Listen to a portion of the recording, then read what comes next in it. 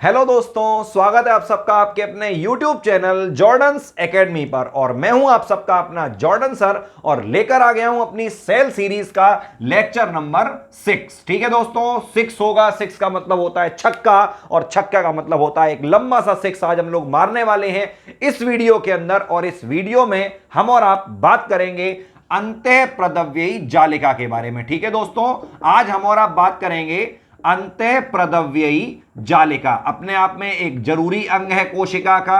याद करते रहिए, चीजों को पढ़ते रहिए और जीवन में सफलता 100% एक दिन मिलेगी, ये मैं गारंटी दे सकता हूं अगर आप लगातार मेहनत करते रहेंगे। ठीक है, तो अंतःप्रदव्ययी जालिका, इसको हम लोग इंग्लिश में कहते हैं दोस्तों एंडोप्लाज्मिक।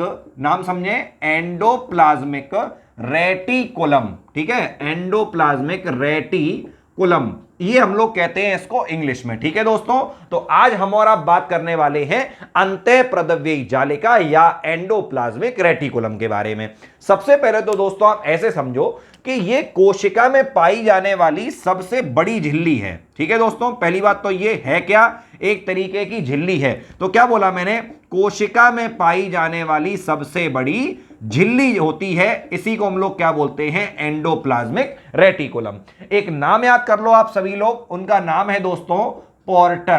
क्या नाम है, पोर्टर। तो इसका मतलब क्या हुआ कि अंतःप्रदव्ययी जालिका या एंडोप्लाज्मिक रेटिकुलम की खोज किसने करी थी दोस्तों, खोज किसने की थी, तो याद करना पोर्टर ने की थी। ठीक है, ये हैरी पॉटर नहीं है, मूवी तो आप लोगों ने देखी ली होंगी, लेकिन ये कौन से हैं, ये हमारे केवल पॉर्टर हैं। इनका नाम आप लोग इसमें याद कर लेंगे। ठीक है, चलो अब अगली बात को समझो दोस्तों। ऐसे समझो कि ये जो अंतःप्रदव्ययी जालिका होती है ये केवल और केवल यूकैरियोटिक जीवों में होती है दोस्तों। याद करना, यूकैरियोटिक। मैंने आपको पढ़ाए थे, दो जीव पढ़ाए थे, एक तो थे दोस्तों प्रोकैरियोटिक, एक कौन से थे, प्रोकैरियोटिक। नाम याद करें, प्रोकैरियोटिक, और दूसरे कौन से थे दोस्तों, यूकैरियोटिक। तो जैसे मैंने आपको कुछ एग्जाम्पल जरूर बताए होंगे, अगर नहीं याद हैं तो एक सेकंड में जल्दी से समझ लो मेरे साथ साथ। सबसे पहले मैंने आपसे बोला होगा जीवाणु, उसके बाद मैंने बोला होगा नील हरित शैवाल। ठीक है, चलो एक काम करते हैं, आपके लिए लिख देते हैं। देखो दोस्तों समझो, जीवाणु नाम याद कर लो, दूसरे होते हैं नील हरित शैवाल। नाम समझे, नील हरित शैवाल, इसको हम लोग ब्लू ग्रीन एल्गी कहते हैं। ठीक है, ये आपके लिए करवा रहा हूं मैं, हो सकता है आपने हमारे पीछे के वीडियो ना देखे हों, और अगर आप हमारे लगातार वीडियो देख रहे हैं तो आप ये वाली बात समझ रहे होंगे कि मैं क्या कर रहा हूं। और तीसरा होता है दोस्तों माइकोप्लाज्मा। क्या होता है, माइकोप्लाज्मा, ये भी एक सूक्ष्म जीव है। और चौथा होता है दोस्तों पीपीएलओ। पीपीएलओ का मतलब होता है प्लूरोनिमोनिया लाइक ऑर्गेनिज्म, मतलब जानवरों में निमोनिया फैलाने वाला एक सूक्ष्म जीव है। ठीक है, इतनी समझो, इतना ही काम का है। तो जीवाणु, नील हरित शैवाल, माइकोप्लाज्मा और पीपीएलओ, ये चारों चीजें किसमें आती हैं दोस्तों, प्रोकैरियोटिक जीवों में। ठीक है, और इसके अलावा दुनिया में तुम्हें जो भी जीव नजर आते हैं उन सबको हम लोग क्या कहते हैं, यूकैरियोटिक। तो याद रखना कि ये जो हम तुम्हें आज पढ़ा रहे हैं अंतःप्रदव्ययी जालिका एंडोप्लाज्मिक रेटिकुलम, ये कभी भी प्रोकैरियोटिक जीवों के अंदर नहीं मिलेगी। ये केवल और केवल किन के अंदर मिलती है, यूकैरियोटिक जीवों के अंदर मिलती है। ठीक है दोस्तों, ये थी एक बहुत नॉर्मल सी बात। अब हम बात करते हैं आपसे इसकी संरचना के बारे में, ये आखिर बनी किसकी होती है। तो याद रखना, इसमें एक संरचना होती है दोस्तों जिसको हम लोग बोलते हैं सिस्टर्नी। क्या बोलते हैं, सिस्टर्नी। ये सिस्टर्नी कुछ भी नहीं है, बस याद करो ये एक तरीके की नलिकाएं हैं। क्या है दोस्तों, नलिकाएं हैं जो शाखा में नहीं बटी होंगी, मतलब इस तरह से होती हैं दोस्तों। याद रखना, इस तरह की होती है। ठीक है, इस तरह से होती हैं, तो उनको हम लोग क्या बोलते हैं, सिस्टर्नी बोलते हैं। ठीक है, और इसके अलावा क्या होती हैं, कुछ नॉर्मल सी नलिकाएं होती हैं और इसमें कुछ थैलियां भी होती हैं, कुछ थैली होती हैं। तो इनकी तो बनी होती है क्या चीज, अंतःप्रदव्ययी जालिका। लेकिन इससे भी जरूरी चीज है कि अंतःप्रदव्ययी जालिका कितने टाइप की होती है। ये भी होता है दोस्तों, याद रखना, अंतःप्रदव्ययी जालिका के भी प्रकार होते हैं। तो एक एक करके बात को समझो। तो दोस्तों दो प्रकार होते हैं। पहली होती है कणिकामयी। क्या बोला मैंने, कणिकामयी अंतः प्रदव्ययी जालिका। अब देखो जरा, एक मिनट मेरी बात सुन लेना, अपने घर की बात है, तुम लोगों से कह दे रहे हैं एंडोप्लाज्मिक रेटिकुलम कह रहे हैं ना, तो इसको शॉर्ट में हम लोग क्या बोलेंगे, ईआर बोलेंगे ना दोस्तों। तो अब बार बार अंतः प्रदव्ययी जालिका बोलोगे तो देर लगेगी, तो हम शॉर्ट में क्या बोला करेंगे, ईआर बोलेंगे। ठीक है, तो पहला कौन सा होता है, कणिकामयी ईआर एंडोप्लाज्मिक रेटिकुलम, और दूसरा कौन सा होता है दोस्तों, अकणिकामयी। ठीक है, अकणिकामयी एंडोप्लाज्मिक रेटिकुलम या ईआर। ठीक है दोस्तों, यहां तक समझो। अच्छा, अब जो कणिकामयी है इसको हम लोग एक और नाम से भी जानते हैं, इसको हम लोग एक और नाम से जानते हैं, खुरदरी। क्या नाम है, खुरदरी अंतः प्रदव्ययी जालिका, और इसको हम लोग कहते हैं चिकनी अंतः प्रदव्ययी जालिका। ठीक है, चिकनी अंतः प्रदव्ययी जालिका या चिकनी ईआर। ठीक है, कोई समस्या दोस्तों, चिकनी चमेली मत करना, ये हम लोगों को यहां पे याद करना पड़ेगा। ठीक है, चलो भाई, तो इसका मतलब ये दो चीजें क्लियर हो गई। अब सुनो मेरी बात को बड़े ध्यान से, ठीक, एक एक करके समझा रहा हूं बेटा। कणिकामयी अंतः प्रदव्ययी जालिका ऐसी जालिका होती है जिसके ऊपर राइबोसोम के कण होते हैं। किसके कण होते हैं दोस्तों, राइबोसोम के। देखो सुनो मेरी बात को समझो, जैसे मान लो मैं तुम्हें समझा दे रहा हूं, एक तरफ मैंने ये बनाई, ठीक है, एक तरफ ये मान लो अंतः प्रदव्ययी जालिका है, और एक तरफ मैंने ये बना दी, लेकिन इसके ऊपर मैंने क्या किया, इस तरह से छोटे छोटे से इसके ऊपर कण बना दिए, तो कण बन गए ना ऊपर ऊपर, तो वो कण की वजह से क्या कहते हैं, कणिकामयी। और इसके ऊपर क्या होगा, कोई कण नहीं होंगे, देख रहे होगे बिल्कुल साफ है, तो इसको हम लोग क्या बोलते हैं, अकणिकामयी। और ये जो कण होंगे भी, जो कणिकामयी जिस वजह से हम इसको कह रहे हैं, वो जो कण जो होंगे वो किसके होते हैं दोस्तों, राइबोसोम के होते हैं। और आप सबको पता होगा, अगर नहीं पता तो वैसे भी मैं राइबोसोम तो पढ़ाऊंगा ही आपको आगे के वीडियोस में, तो याद रखना कि राइबोसोम जब मैं तुम्हें पढ़ाऊंगा तो मैं तुमसे कहूंगा कि राइबोसोम का जो काम होता है वो होता है प्रोटीन संश्लेषण करना। क्या होता है, प्रोटीन संश्लेषण करना। तो ऐसे समझ लो कि जो कणिकामयी अंतः प्रदव्ययी जालिका होती है, मतलब जिस पे राइबोसोम के कण होते हैं, तो इस वाली जालिका का काम क्या होता है दोस्तों, प्रोटीन का संश्लेषण करना। अब तो इसका क्या काम होता है भाई, ये तो चिकनी है, इसके पास तो कोई राइबोसोम के कण भी नहीं है, तो याद रखना इसका काम होता है लिपिड संश्लेषण। ठीक है दोस्तों, लिपिड संश्लेषण।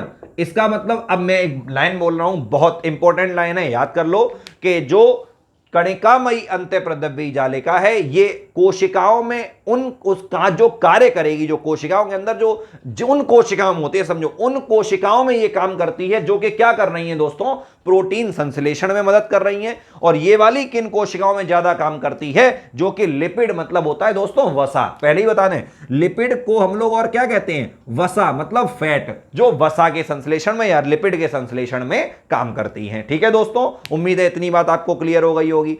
अब अगर हम आपसे इसकी ऑल ओवर संरचना की बात करें कि अंतः प्रदव्ययी जालिका आखिर किसकी बनी हुई है, तो आप लोग भूलना मत कि पूरी अंतः प्रदव्ययी जालिका में 30 से 35% तो केवल क्या होता है दोस्तों, लिपिड होता है। क्या होता है, लिपिड होता है। इसके अलावा इसमें और भी चीजें हो सकती हैं, और उस और चीजों का मेरा मतलब है उसमें बाकी में क्या हो जाएगा दोस्तों, प्रोटीन हो जाएगा, और भी कुछ जैसे कार्बोहाइड्रेट भी होता है थोड़ी मात्रा में, तो इतनी सारी चीजों से मिलकर होगा, लेकिन 30 से 35% उसमें लिपिड होगा ही। ठीक है दोस्तों, तो इतनी बात तो हम लोगों ने किसके बारे में करी, अंतः प्रदव्ययी जालिका के बारे में। अब अगर हम आपसे इसके कुछ कार्यों के बारे में बात करना चाहें कि आखिर ये अंतः प्रदव्ययी जालिका करती क्या है, तो बड़े जनरल से काम है, नॉर्मल काम है, एक एक करके समझ लो, साथ दे लो दोस्तों। पहला काम तो ये है कि ये कोशिका को आकार में बनाए रखने में सहायता करती है। आकार में मेरा मतलब कि ये जो पूरी कोशिका, मैं पूरी कोशिका की बात कर रहा हूं, तो पूरी कोशिका जिस आकार में है उसको आकार में बनाए रखने में, मतलब कोशिका पिचक नहीं रही है, तो उसका कारण क्या है, अंतः प्रदव्ययी जालिका। इसका प्रेशर है अंदर से, याद रखना, ज्यादा डीप नहीं जाऊंगा, लेकिन इतना समझो कि इस अंतः प्रदव्ययी जालिका अंदर से प्रेशर दे रही है, जिसकी वजह से कोशिका क्या है, अपने आकार में रहती है। याद रखें दोस्तों, कोशिका अपने आकार में रहती है। पहला काम हो गया। अब आ जाओ नंबर 2 पे। अब दोस्तों समझो, अब नंबर दूसरा काम तो मैंने तुम्हें पहले ही बता दिया। पहले क्या बता दिया, सुनो क्या बताया, देखो जरा, इसका मतलब क्या हुआ, ये किसका निर्माण करेगी, प्रोटीन संश्लेषण भी करेगी और वसा का संश्लेषण भी करेगी। मतलब प्रोटीन और वसा, वसा मतलब लिपिड, ठीक है। तो प्रोटीन और लिपिड इन दोनों का संश्लेषण करती है कौन, अंतःप्रद्रव्यी जालिका। एक छोटा सा काम हम आपको और भी बता दे रहे दोस्तों, याद रखना कि जिस समय पे कोशिका में विभाजन होता है, याद रखना कोशिका विभाजन का मतलब कोशिकाओं से कोशिकाओं का बनना, ठीक है। तो जिस टाइम पे कोशिका विभाजन हो रहा होता है उस समय पर जो केंद्रक होता है, याद रखना ये है मान लो कोशिका और ये है केंद्रक। तो ये केंद्रक जो है, ये ऊपर केंद्रक के ऊपर का आवरण क्या होता है, ये ऊपर का आवरण होता है दोस्तों केंद्रक कला। क्या होता है, केंद्रक कला, ठीक है। केंद्रक के ऊपर का आवरण क्या होता है, केंद्रक कला, और ये है दोस्तों कोशिका कला, जिसको मैंने तुम्हें पिछले वीडियो में पढ़ाया था, याद कर लो। तो जो केंद्रक कला है, फिर समझो, केंद्रक के ऊपर का आवरण जिसको हम लोग क्या कहते हैं, केंद्रक कला जो है, उस केंद्रक कला का निर्माण भी कौन करती है, तो वो भी करती है अंतःप्रद्रव्यी जालिका। समझ में आ गई दोस्तों। तो इतने कुछ काम हैं अंतःप्रद्रव्यी जालिका के। इसके अलावा अगर मैं आपको बताना चाहूं तो एक बात और भी सुन लीजिए आप सभी लोग। देखिए, एक कोशिका में प्रोसेस होती है, आप लोगों ने शायद नाम सुना होगा, ग्लाइकोजेनेसिस। क्या नाम है दोस्तों, नाम याद कर लो, ग्लाइकोजेनेसिस। फिर समझो, ग्लाइकोजेनेसिस। अब ये क्या होता है, तो मेरी बात को सुनो, मेरी बात को सुनना, मैं थोड़ा सा शॉर्ट में समझा दूंगा, ज्यादा लंबा वीडियो नहीं बनाऊंगा। सुनिए ध्यान से कि जब अपने मानव शरीर में, जब हमारी बॉडी के अंदर, ठीक है, जब हमारी बॉडी के अंदर आवश्यकता से अधिक ग्लूकोज पहुंच जाता है, ठीक है, जब हमारी बॉडी के अंदर आवश्यकता से अधिक ग्लूकोज पहुंच जाता है तो हमारी बॉडी, अब बॉडी क्या, अब तुम्हें बताएं, हमारा लिवर, याद रखना यकृत ये काम करता है। ग्लाइकोजेनेसिस कौन करता है, यकृत करता है, याद रखना। तो हमारा जो लिवर होता है वो एक्स्ट्रा ग्लूकोज को ग्लाइकोजन की फॉर्म में सेव कर लेता है दोस्तों। किस फॉर्म में करता है, ग्लाइकोजन, याद रखना। ग्लाइकोजन एक पॉलीसैकेराइड है। क्या है, पॉलीसैकेराइड। सैकेराइड या कार्बोहाइड्रेट बात एक ही होती है। ये क्या होते हैं वो मैं आपको पढ़ाऊंगा जब इसका पूरा लेक्चर होगा। फिलहाल आप लोग ऐसे याद कर लो कि जो ग्लाइकोजन है ये क्या है दोस्तों, पॉलीसैकेराइड है। फिर समझो कि जब अपनी बॉडी में एक्स्ट्रा ग्लूकोज पहुंच गया, आवश्यकता से ज्यादा ग्लूकोज पहुंच गया, तो याद रखना उस ग्लूकोज को सेव करके रख लिया किस फॉर्म में, ग्लाइकोजन की फॉर्म में। तब इस प्रोसेस को हम लोग क्या बोलते हैं, ग्लाइकोजेनेसिस। और बाद में क्या हुआ कि जब हमारी बॉडी को जरूरत पड़ी, बात समझो भाई, एक बात सोचो, बिना खाए पिए भी तो तुम लोग काम करते रहते हो, तो उस समय पे क्या होता है, उस समय पे होगा ये कि यही ग्लाइकोजन टूटता रहता है। किसमें टूटता रहता है दोस्तों, ग्लूकोज के अणुओं में, और हमें क्या देता रहता है, ऊर्जा। ये तो आपको मालूम होगा भाई, ग्लूकोज क्या करता है, ऊर्जा देता है। चलो एक काम करते हैं, तुम्हें थोड़ा सा एक्स्ट्रा समझा देते हैं, मेरी बात को पूरा मन लगा के समझ लेना दोस्तों। बिल्कुल मेहनत करता हूं आपके लिए, आप कोशिश करता हूं एक एक चीज आपको समझा दूं, थोड़ा सा साथ दो। देखो सुनो, अब यहां पे क्या लिखा है, ग्लूकोज। ऐसे समझो, ग्लूकोज होता है दोस्तों मोनोसैकेराइड। कैसा होता है, मोनोसैकेराइड, ठीक है। और जो दोस्तों होता है ग्लाइकोजन, ये क्या होता है, पॉलीसैकेराइड। तो जब बॉडी में ज्यादा ग्लूकोज पहुंच गया, तो इसका मतलब ज्यादा मोनोसैकेराइड पहुंच गया, तो उसको हमारे लिवर ने किस रूप में सेव करके रख लिया, किसने रख लिया, लिवर ने। कहां पे, ग्लाइकोजन। और ग्लाइकोजन क्या है, पॉलीसैकेराइड। फिर क्या हुआ, खाना पीना नहीं खाया, एनर्जी की जरूरत पड़ रही है, तो अब वही ग्लाइकोजन मतलब वही पॉलीसैकेराइड टूटना शुरू हो जाएगा, किसमें, मोनोसैकेराइड में, मतलब ग्लूकोज में, और वो ग्लूकोज हम लोगों को एनर्जी दे देगा। ठीक है दोस्तों, तो ये था कंप्लीट अंतःप्रद्रव्यी जालिका से रिलेटेड अच्छे पॉइंट्स जो कि आपके पेपर में पूछे जाते हैं, और एक उम्मीद करता हूं अच्छी नॉलेज मैंने आपको इसके बारे में दे दी होगी। तो दोस्तों आज का ये वीडियो उम्मीद करता हूं आपको अच्छा लगा होगा, और इसी तरह के अच्छे वीडियोस के लिए प्लीज हमारे चैनल को लाइक कर लीजिए। सब्सक्राइब तो आपने कर ही दिया होगा, नहीं किया है तो कर दीजिए, और नहीं तो स्क्रॉल करते हुए हम लोग एक दिन मिल ही जाएंगे। ठीक है दोस्तों, तो आज के लिए इतना ही। इसके आगे हम और आप देखते हैं अगले वीडियो में। धन्यवाद। जय हिंद, जय भारत।